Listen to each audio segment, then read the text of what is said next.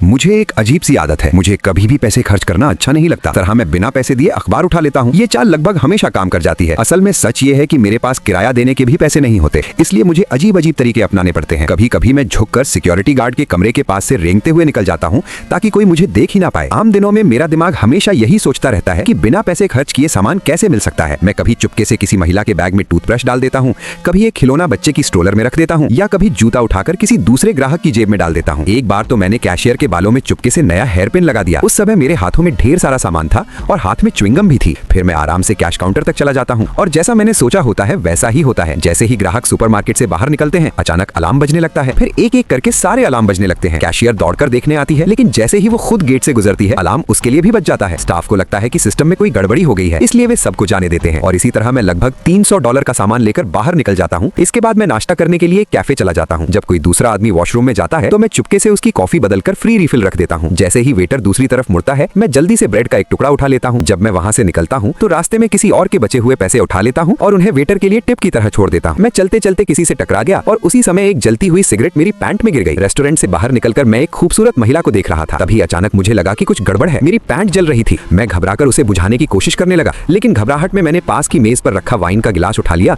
और अपने ऊपर ही उंडेल दिया। आग तो बुझ गई, लेकिन मेरी पूरी पैंट भीग गई। और क्योंकि मैंने उस वाइन के पैसे नहीं दिए थे, इसलिए दुकान का मालिक मेरे पीछे काफी दूर तक भागता रहा। आखिरकार मुझे एक बालकनी के नीचे छिपकर उससे बचना पड़ा। उसी शाम जब मैं गैरेज में सामान हटा रहा था, मेरे हाथ में चेन सॉ मशीन थी। मुझे देखकर एक बुजुर्ग औरत इतनी डर गई कि उसे लगा मैं कोई चेन सॉ वाला खतरनाक हत्यारा हूँ। और तभी अचानक मैंने गलती से मशीन चालू कर दी।